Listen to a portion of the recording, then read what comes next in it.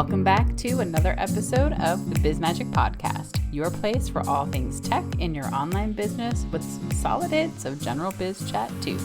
My name is Patty Meyer, and I am the CEO and founder of BizMagic, where my team and I support entrepreneurs who are overwhelmed by the back-end tech of their business. We create, implement, and teach the tweaks that help our clients make a bigger impact with less stress. One of the many things I've learned in business is that nothing ever goes as I've planned. Whether I'm shifting offers, changing my team, or realizing that some idea that I had maybe wasn't so great after all, adaptability isn't really just a nice to have, it's a must have. That's why today I'm super excited to be talking with Tasha Booth. She is a business coach, an agency owner, and a launch expert, and she has been my coach for probably about 4 years now. I've been in programs with her. I've been in a mastermind with her that she has run, and I've done one-on-one coaching with her. And through working with her, I know that she is a pro when it comes to navigating change in her business and living to tell the tale.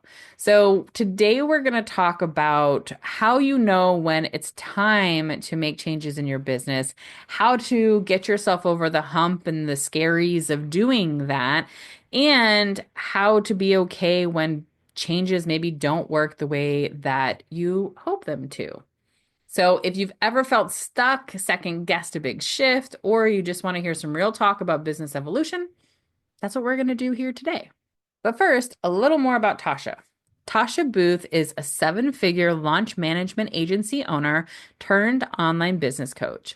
She was the founder and CEO of the Launch Guild until deciding in late 2024 to transition to coaching online agency owners full time. Tasha has been featured in Forbes, Fast Company, and Entrepreneur, and she has appeared as a guest speaker for various summits and podcasts, including Amy Porterfield's Online Marketing Made Easy and Julie Solomon's The Influencer Podcast. Tasha is married to her best friend Scott, a stepmom to Grace and Meredith, and work-from-home dog mom to Stanley and Boomer. In her spare time, she watches true crime TV, performs in musicals in her local community, and sings karaoke. And I am super, super excited to have her. Thank you so much for being here, Tasha. Thank you for having me. I'm so excited to talk to you. I've worked with you, as I mentioned, on and off for 4 years, I I think 3 or 4 years or something, which is crazy. It's crazy, right? Yeah. And one of the things I've really learned from you is the importance of adaptability, the importance of pivoting, and not only the importance, but the okayness, for hmm lack of a better term, of it, because it's something that I've watched you do in your business as you've come from these places, but also just sort of by necessity. hmm You've sort of taught me that, yep, okay, shit happens, life happens. Let's figure out sort of how we go through that. So I would love first for you to introduce yourself, tell us a little bit about yourself in your own words. And then I'd love to hear you talk a little bit about that idea of adaptability and pivoting as well. Yeah. So, for those of you who are listening and don't yet know me, my name is Tasha Booth. I live in Albuquerque, New Mexico, which is one of those places that people underestimate. And it's gorgeous here. And I really enjoy living here. My husband is Scott. He was 25 years in the Air Force. And so he just retired last March and now is doing the second half of his life after 25 years. And I'm a business coach to online service based agency owners as well as multi passionate entrepreneurs. And I love what I do. I have been in business since 2017. And as we'll talk about, this is my first full time year as a full time business coach instead of business coach and agency owner. So Yeah. that's crazy. Yeah, that's amazing. We started business the same year. I started in hmm 2017 too. Yeah, it's so Yeah. fun to watch like the different trajectories that businesses Yes. take, hmm like as we've gone through that. But I love that we both sort of moved into agency ownership in some form too. Yeah. Yeah. So because you've made these shifts. So talk a little bit about what it's been like for you to shift from where you started, which was a VA, right? Hmm. Into agency ownership, and now you're doing coaching. So talk a little Yeah. bit about what that's been for you. Yeah. So when I first started, I always tell people that I literally stumbled into doing what I'm doing either now or what I was doing even back then. I started off as a blogger and I had a frugal, healthy living blog. I taught healthy couponing and like how you could like actually get real food couponing. Isn't that crazy? Yeah, that's so funny. So random, right? And as I was like learning more about blogging and everything, I was like, we all do, I was in all these Facebook groups and started seeing people looking for VAs. And I literally, I kid you not, I didn't even know what a VA was. I thought that they were talking about like Veterans Affairs at first. And I was like, that makes no sense. And so once I realized what a VA was and like what these bloggers were looking for and the support they needed, I was like, I have my weekends free. I have my evenings free. Why don't I like earn some extra money, pay off these student loan debts, these credit card debts? And I just literally like within a weekend, I had a website, I had pricing. I was charging Patty $5 an hour Oh my I gosh. know for my first 2 months, I was charging $5 an hour. And it was literally just because I wanted like the volume of people to Yeah. kind of figure out like what I wanted and all this stuff. And I got a lot of clients, both like those who just wanted the $5 an hour and then like left after that special went away. But some clients continued. And then after that, I quickly learned that I didn't want to be a general VA that did everything. Like that was not my zone of genius. And B, I really loved the fast pacedness of launches and especially the tech within launches. Like for some people, launching feels chaotic and overwhelming. For me, I think because of like how my ADHD brain is wired and the fact that like I am a quick start, like I can put the puzzle pieces together really quickly.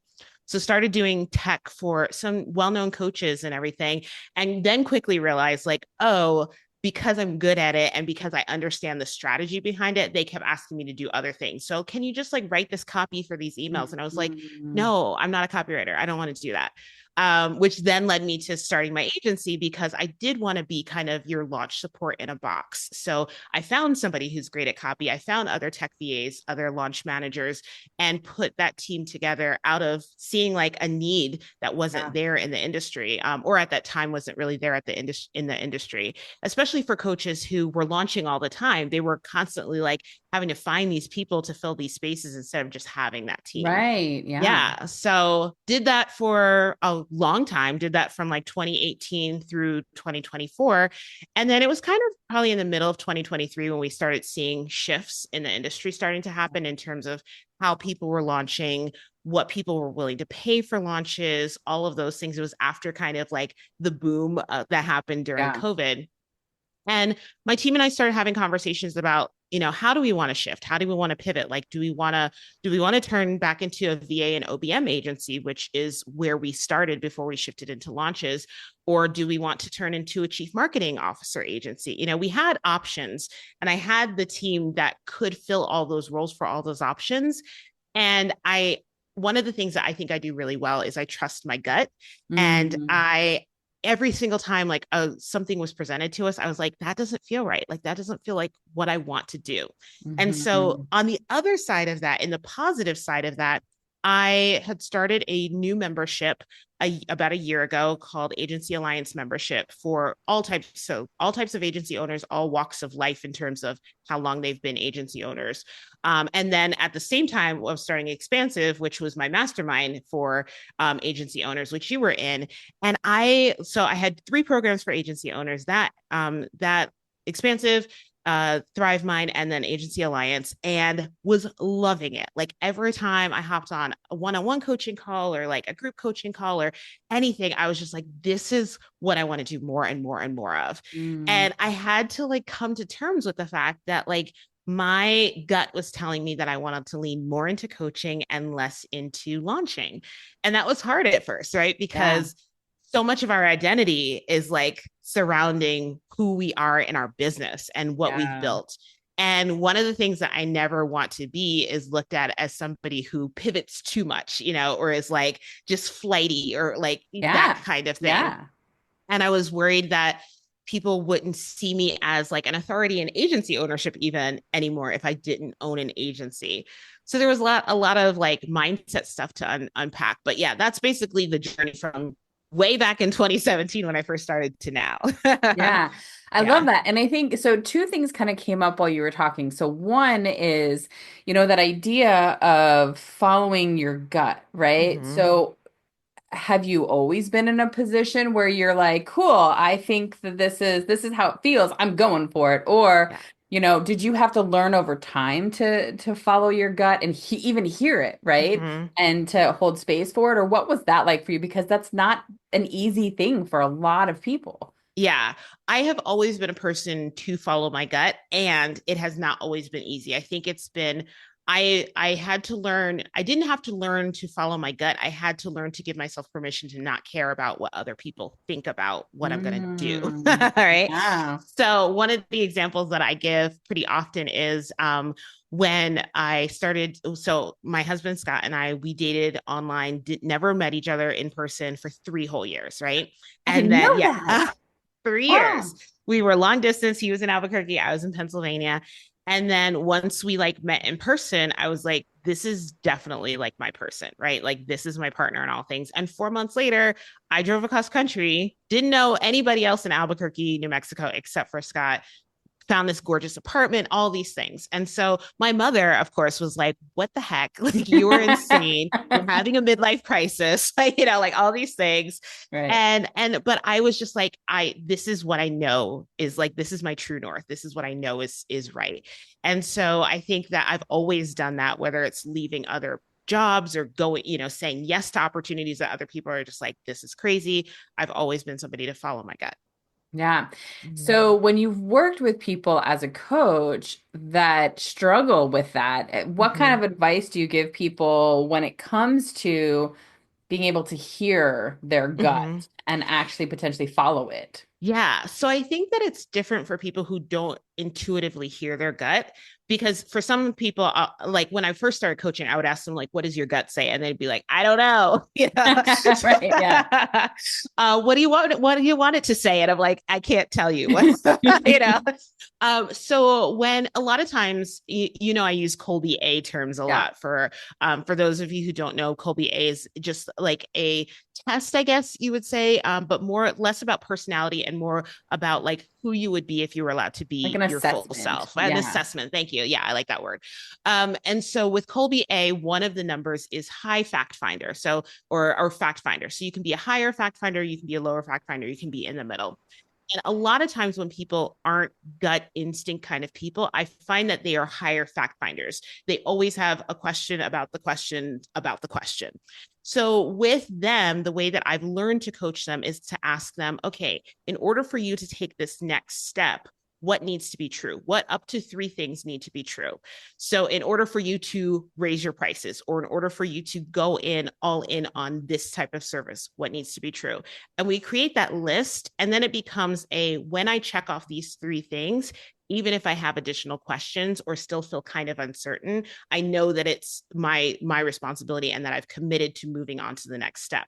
So it's less about getting them to learn how to trust their gut and more about using the tools that make sense for them in how they proceed. Does that make Yeah, sense? Yeah. totally. And I love that. And that actually kind of brings me to the other thing that stuck out when you were originally talking too about sort of your journey, which is that, and this is something that I've come to know about you as I've worked with you, is that you are a high quick start, Mm-hmm. which kind of plays off of that of like, it means you have an idea and you're like, let's do it and let's go. And like, that was an example. And you're like, oh, what is this VA thing? Cool. And in a weekend, you had built a website and established these things. And like, for some people who aren't quick start like me, it doesn't happen that fast. I have to think things through and all of that. So that's another thing I think that sometimes when people are thinking about changing, it, being adaptable, that makes people less adaptable sometimes, or not less adaptable, but makes it more challenging for them Mm-hmm. to adapt because they're like, oh no, I don't know what to do. I don't want to do that.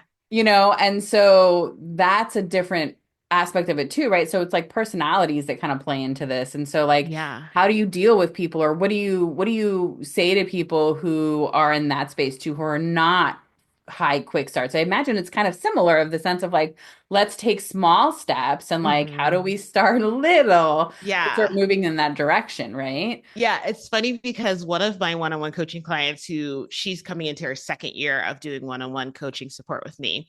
And she first started coaching with me because she's like, we both have ADHD, but like she has it differently than I do. Hers kind of like makes her stall on things, whereas mine is just like go all the time kind of energy. And so she wanted to coach with me in part because she wanted to get some of that quick start energy that I have. Mm, And we quickly realized like this does not work. Like my pace does not work for you. And right. so one of the mantras that I have as I'm training for my half marathon and my marathon that I've heard other people say is like forward is a pace, right? In Yeah. terms of like you don't have to go fast, but you do have to move forward. And so for us, it's been more of that forward as a pace kind of Yeah. mentality in terms of like, okay, you said you were going to do this thing and now you're overthinking it. So what's the one thing that we can do to like move you closer than you were a week ago instead of like, you have to keep up with me. And that's just something that I learned with my team as well, because having a team, I hired other people that kind of like fit what I wasn't great at, which means that like I had a lot of high fact finders on my team and Yeah. lower quick starts. And for a while I was like they were trying to like keep up with me and go at my pace, and I realized I'm burning out my team like all the time. So we had to Mm, figure out like what works for us in terms of like my quick start energy, but also their high fact finder energy, and giving them permission to say like, hey, we need a break. We need to slow down. Like we need to think about what's the true priority here, because we're feeling overwhelmed, giving them yeah. permission to say that. And then also training myself to accept that and to slow my ass Yeah. down. Yeah, Yeah. yeah. When I started working with Erica, who's a mutual friend of Mm-hmm. ours who's a client of mine, and that's how I met you, she's a high quick start too. Mm-hmm. And so and I'm not, right? So I'm a 3, I think, and she's a 10. And Yeah. so she'd be like, "Oh, I want to do this thing." And then like I'd wake up in the morning to a Voxer message with her saying, "Cool, let's do this whole program and this whole thing." And I'm like, "All right." And it was always this really beautiful balance of me being like, I love that idea. Now let's actually slow down and think of what we need to do to actually make this happen. And I Mm-hmm. think that's a part of looking at pivoting, looking at change in general. And for me, what I realized is I think ADHD, and because I'm so routine, when change happens, I freak out a little bit and I Yes. struggle. And so that's been a challenge, over this past year as things kind of in 2024 went little crazy time. Like, okay, well, what do I need to do differently in my business? And sort of like you're saying, my ops manager kind of stepped in and she's like, okay, like I'm talking about making changes. And I'm like, okay, well, I think we need to pivot a little bit in this way in the business in order for this to continue to be successful and a Mm-hmm. viable business. And so she's sort of on pace, keeping me moving forward. Great. Now we said we were going to have this new offer talked about and created. Where are we at with that? And so I Mm-hmm. think it's important on both sides, like when you're a business owner, to whether it's a friend, if you're not in a position to hire somebody, but ideally somebody who's accountable and some way to help you, whether it's pulling you and slowing you down or nudging you forward and speeding you up, but whatever that looks like to keep you moving forward to whatever you need to do to get to the next stage in your business. Yeah. Yeah, totally. Yeah, it's so important to have somebody, that person. And for a long time that was my leadership team, that was my inner circle, that was, Kara, my former director of operations. And right now, because I have leaned down my team as I'm like revamping or, revamping my offers and ramping things up again, it's been, inner circles in terms of just like other business owners that have been in business since 2017 and that I trust their opinions and everything. So it definitely can be different people in different seasons of your life, but you absolutely need that person that you can be vulnerable with also, Uh, because it's so important that they understand your business. And in order for them to do that, you need to have been sharing about your business, the good, bad, and the ugly, right? yeah, yeah, absolutely. So, like outside of your gut, what are some signs that you've seen within your business at various stages that tell you it's time to maybe look at the possibility of change being needed? Mm-hmm.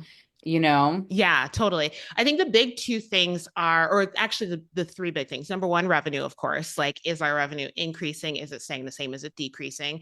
I think number two, lead generation. So, Are the leads still coming in at the pace that they normally are, or is that slowing down? And then number three, there was a number three. What was number three? Dang it. Number three was, oh, what services people are gravitating towards. Mm. So, for a long time, our signature service was our full service launch management, which was anywhere between 8 to 16 weeks, depending on the client and everything that they wanted. And then we started seeing that kind of shift for a while to like VIP days. And people were just like, okay, I want all of this, but I can't afford all of this. So what can I get, the parts that I need the most in terms of things. And so I think that those were all kind of indicators of like, oh, my spidey senses are up, that things are changing, because those three things were changing in specifically for our agency, but not just for our agency. As I was talking to other agency owners, it was that they were having that same similar situation as well. Yeah. And I think Mm-hmm. that's a big part of it too, is that sometimes maybe that also answers that question a little bit of like the gut feeling. If you're not even Mm-hmm. sure what your gut, like sometimes that awareness, which we should have in general, and I am Mm-hmm. shoulding, like of our business is what is it that our people are telling us, right? Mm-hmm. Or not telling us by just not showing up at all Yes. in some Mm-hmm. capacity, because that tells us that something isn't working. And I think also sometimes when we feel like things aren't working and we need to make a change, some of us might take things personally and think, oh, I'm failing and it's me, Mm-hmm. I'm doing something wrong. And I think what 2024 and 2023 and other previous times in businesses, right? I mean, business ebbs and flows. And so I Mm-hmm. think what those times remind us is that it's not just us, and sometimes it is the larger world and the feel and energy of business and just the normal flow of it. And Yes. yeah. Yeah. And I so appreciate that you said that, because I don't know if you remember my rant. It was probably a year ago at this point on Facebook about, I was so tired of people being like, if you're not landing clients, then it's your copy, it's your messaging. Like it's you, Yes. it's your fault. It's you.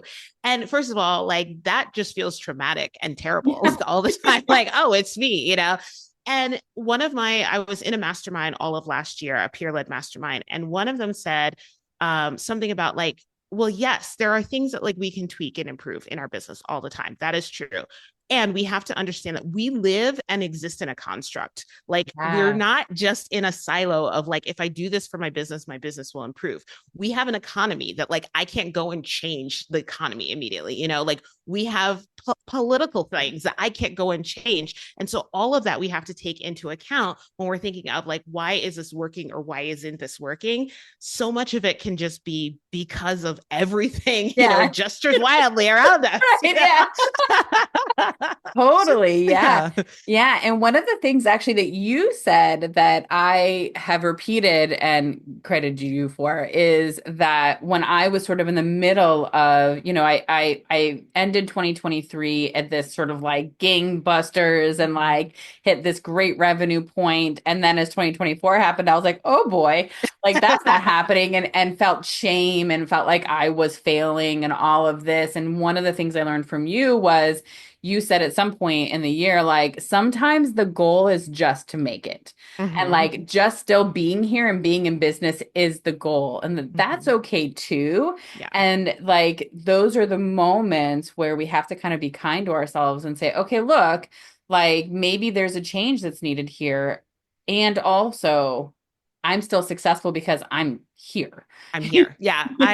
And so often I had to repeat that, not just for everybody that I coach, but also for myself. There were times last year where people were looking at me in coaching sessions and going like, well, what should I do with my marketing? Like, what should I change? And I literally said to them, like, I don't know. And like, it's not that I don't know because I'm not an expert. It's I don't know because everything is changing so quickly Right. that like we have to give ourselves full permission to throw things at the wall and see what sticks and see what works and try things and play in the sandbox, because that was what last year was all about, right? Yeah. Yeah. And it's Yeah. still, I mean, we're Yes. we're now, I mean, like you and I are both definitely on a liberal left side. And so Yes. we can openly say that like this is bonkers what's happening right Mm-hmm. now. And what we're witnessing is a lot of people and a lot of uncertainty that's happening in our world around us. And so it's not ending anytime soon, I don't Yeah. imagine, as people Mm-hmm. hold on to their wallets a little more tightly and sales processes are longer because people are afraid and want to really make sure that the decision they're making is best. Like just those funnels aren't as fast as they used to be. And a Yes. lot of that I don't see, at least myself, I don't see changing anytime soon given the Mhm. current climate we're in. And so that's another place where sort of stopping and saying, okay, how do I make it through this? And Mhm. so sometimes I think the pivot is also putting what your ideal goals are on hold to Yeah. say, now what is sort of almost this micro goal in this current climate to get me out of or get me through what we're in right now as a whole, Yeah. right? As opposed to saying, I'm going to make 500K this year or whatever. It's like, cool, that's a great goal. But right now, maybe that's not the realistic goal. And the realistic goal is something more bite size. Mhm. And that's part of the adaptability of being in business too, is being able to change your goals and change like what your plans are based on just holy mother of God, what's happening Yeah. around us. Exactly. And so often it's about like controlling the things that you can control. Like I can make sure that like I am showing up consistently, that I'm Mhm. reaching out to warm leads and everything consistently. It's their responsibility or their decision whether they end up becoming clients, paying me Yeah. something. So if I'm just focused on, oh, I want to make $500,000 this year, then like I may think that I'm failing, even though like I'm doing the things that I can do. And the 500, deciding whether I make 500,000 or not is really out of my control in a lot of ways. Yeah, absolutely. Absolutely. That's so true. Yeah. So I think that's a big part of all of this right now is like we kind of have to be Mm-hmm. adaptable by necessity, Yes. which is always the case. And that's why I think too, not only having those accountability partners, but like you said, sort of like you were in a peer-led mastermind group. I was in a peer-led mastermind. Well, Mm-hmm. no, not I guess technically not Yeah. peer-led. But I was Yeah. in a mastermind group with you Yeah. last year. And so, and being in that community made me be able to breathe a little bit better. Being in certain very selective Facebook groups of Mm-hmm. like-minded business owners who are able to echo what is happening and make me feel like, okay, cool. And it's a great place to get ideas when you're looking at change and you're trying to figure Yes. out, well, what are other people doing? What is this pattern that's looking like? Yeah.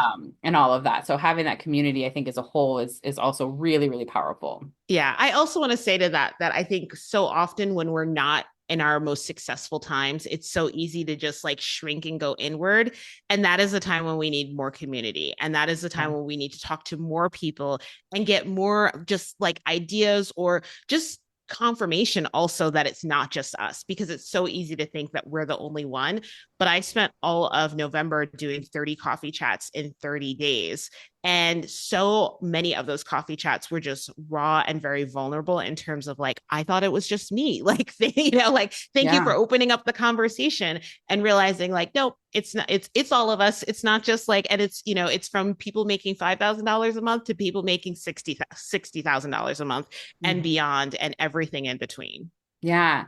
Yeah, definitely. And another thing too, I think with that is when you go into those communities and you are seeing that, and this is something I've struggled with, is don't compare yourself to those people. Mm-hmm. Like use them as a support to hold you up and help understand where you're at, feel echoed, feel supported, feel held, but don't compare yourself, right? Like Mm-hmm. you and I are a really phenomenal example of that because again, you're a high quick start, you're super extroverted in a lot of ways and like you do a lot. You go and go Mm-hmm. and you share that openly, right? So I see you do things and how many times have I been like, "Oh my God, Tasha, like I'm exhausted just reading your Facebook post about what you're wanting to do." Like and like on a daily basis the amount of stuff that you do and I am like, cool, I woke up today. Hooray, and you're like, I just got back from a 5 mile run and like but that's okay too. And Mm-hmm. like as we go into these communities, like to be able to say, I'm taking the time and the space that I need to do things, and that's going to look different from other people because we're different people and we Mm-hmm. have different needs and we're just different in our energies and the way that we show up. And so I think that's really important too, because you don't want to invalidate your own experience and what Yes. your progress is just because it doesn't look like somebody else's progress that you've decided is well, look at that. I should be doing Mm-hmm. that. It's like, well, no, you shouldn't be doing that because you wouldn't survive that because your Yes. energy isn't built that way? Mm-hmm. Totally. I love Yeah. that. Yeah, totally. So, I guess we've kind of talked a little bit about like the fear and uncertainty because that was something I wanted to touch on. But so how have, you've done some mindset work, which you said sort of Hmm. some of this is mindset shifts in order to be able to be successful in a pivot and not freak out, maybe. Like, Hmm. what kind of work have you done around mindset shifts to get you through some of these? Yeah, I think the biggest one for me was giving myself full permission to be okay with the change that I was making. And that had to come, first of all, through me. But then what was helpful was I started laying out my ideas to people that I trusted in smaller pockets of community. So whether it be my group chat, or I was leading or hosting a in-person retreat, and I mentioned that I was thinking about going in all in on coaching, and like their feedback and their encouragement was so validating that I was like, okay, I think I'm ready to say this like out loud to the world. So I think it's definitely been a stair step into it has been helpful for me in making that change in that decision. And also just talking to my coaching clients as well and saying like, here's what I'm thinking about, and them giving me the feedback of like, this is why I would still coach with you, or this is what I would want to still see in some ways, to make sure that like I still feel comfortable coaching with you. So that's been a big part of it. I also think like we were going back to the things that you can control, and one of them for me was like realizing like, oh, my revenue isn't going to be what I've gotten accustomed to, Mm, you know, right. over the Yeah. last few years. And I was talking to one of my friends. We were Instagramming, DMing back and forth, and she was like, how's your first full month going? And I was like, good. I was like, I just hit $10,000. And I was like, a year ago, I would have been like, I'm only at $10,000. And now I'm like, I just hit $10,000, And Yeah. so, like, having that shift of what success looks like for me in this moment Mhm. has been important too, to reframe what that looks like. Yeah. Yeah, I love that. And I think looking at it from different perspectives, I mean, I think also money in general is not the only goal, right? And Yes, so being able absolutely. to do that. So, Yeah. um, have you made a change or a pivot that has not worked for you? Oh, I'm sure. A change or a pivot that hasn't worked. I honestly I can't think of like an example of one, but I know that there are lots. I will say that some of them have actually been around hiring and like outsourcing things that we probably should have Mm. kept internally. So, for example, one of the big ones has been a couple years ago, we decided that instead of our marketing director, who was also running Facebook ads for us at the time, we were going to do an outside agency to run Facebook ads so that our marketing director would have more space and spaciousness to like support the rest of the team and everything. And that was like, I think we were paying them like $3,500 a month, and they weren't even doing like the copy or the captions. They were just like managing the ads. And 3 months later, we were just like, this is not working at all, like Yeah. that sort of thing. So I think sometimes it's been out like thinking that like I needed to make things bigger or Yes. like needed to like bring more people in order to make it work, when in reality like no, it was working, we just needed to maybe like tweak the system instead. Yeah. Hmm. Mm-hmm. Yeah, I had something very similar to that a few years ago, where everything was really booming, right? And everything Mm-hmm. was growing, and I just was having so many new clients coming in, which was really phenomenal. It was a great problem to have. So I was like, well, I'll just keep hiring new client managers and all of that. Mm-hmm. But I was so overwhelmed. And at that point, I'll be honest and say I got blinded by the money coming in. I was like, Yes. whoa, and like Uh-huh. I was never rolling in it, but I was doing okay at that point. And so I dropped some of the balls myself and being able to scale properly at Mm-hmm. that point. And like, what did it look like? I think I brought in three new client managers at once and did pretty much a shit job at training them. And Mm-hmm. so what happened? We all failed. Yes. Like Uh-huh. I lost some Yeah. clients because of that. And that was a really big lesson of me being like, well, hey, this is I need to make this and I need to do this because I'm scaling, and like, hey, you know what? It's okay to make a waiting list. It's okay to Mm-hmm. go slowly. But in the moment, I just sort of was like wrapped up in the excitement of this boom that I went too big too fast, and it didn't work well. And so I had to Mm-hmm. that at that point, I stopped and I was like, okay, lesson learned. Now Mm-hmm. what? Now how do I now build a system so that I can scale in a way that is successful, that is manageable, and that I respect the clients who are trusting me and us, Mm-hmm. and I respect my team and myself and not getting overwhelmed in that. So yeah, being able to like Yeah. stop and recognize when it doesn't work, and then also know that like shit happens, and now Exactly. Yeah. what can And I it do? happens. Yeah. It happens to everyone, whether you're an Yeah. agency owner or whether you're a solopreneur. Like there's going to be things that you're like, that was not my best. Right. Yeah.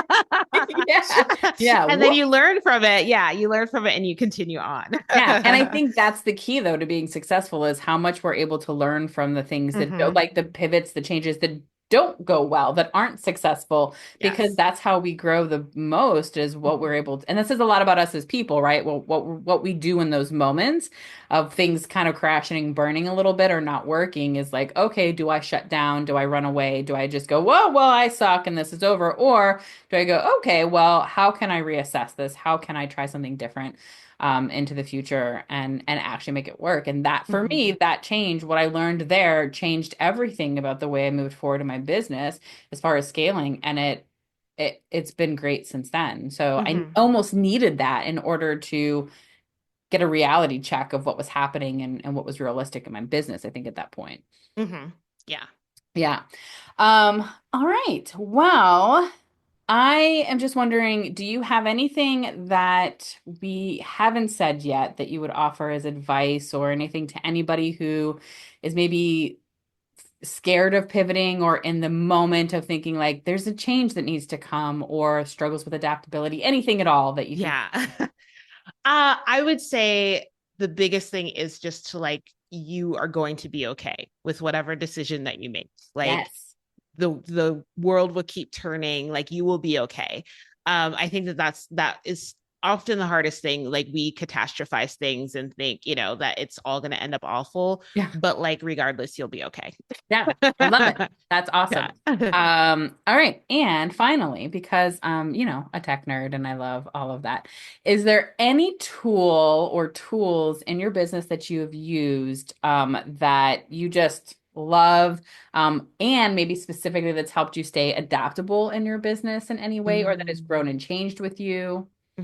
So this is a more recent one for me, but it's been so helpful. There is an app, a desktop app called Sunsama, Mm-hmm. and oh my gosh, like I just love it so much. So basically, the way that it works is it's like a to-do list that you can create, and it integrates with your calendar. I think it also like integrates with Slack and ClickUp and Asana and It those sorts does. of things Yeah. as well. And it's been helpful for me because one of the things that like my team and I always struggled with when I had a larger team was that I hated, like I love productivity tools or project management tools rather, like Asana and everything for client projects, but I hated them for myself. Like Mhm. Kara would put my to-do items from Asana into Slack because seeing them in Asana would overwhelm me. Mhm.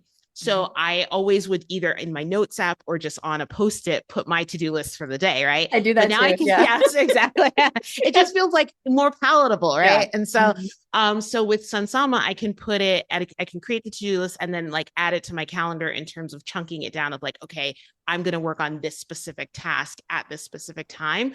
I also like if I don't get it all done, it moves it to and shifts it to the next day, and then I can just modify and adjust as needed. So Yeah. yeah, it works so well for me. I love that so much. I just was getting a client to do that for that reason. I was getting her into Sansama. So yeah, Hmm. I love it. I love it. It's great.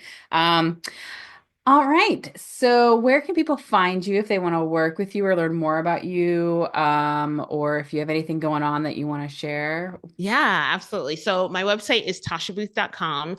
I hang out primarily on Instagram. So I am at the Tasha Booth on Instagram.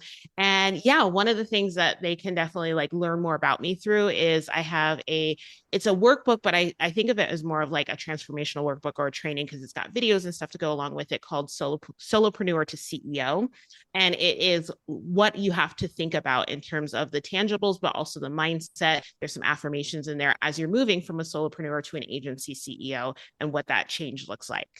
Awesome. Thank you Yeah. so much, Tasha. This has been You're so welcome. amazing. This is so fun. Thank you for listening to another episode of the BizMagic Podcast. Like most small businesses and podcasts, we rely heavily on word of mouth. So if you like what you heard today or in any episode, please share with your friends and colleagues and rate, subscribe, and comment on your favorite podcast platform. Till next time, cheers to your magical biz success.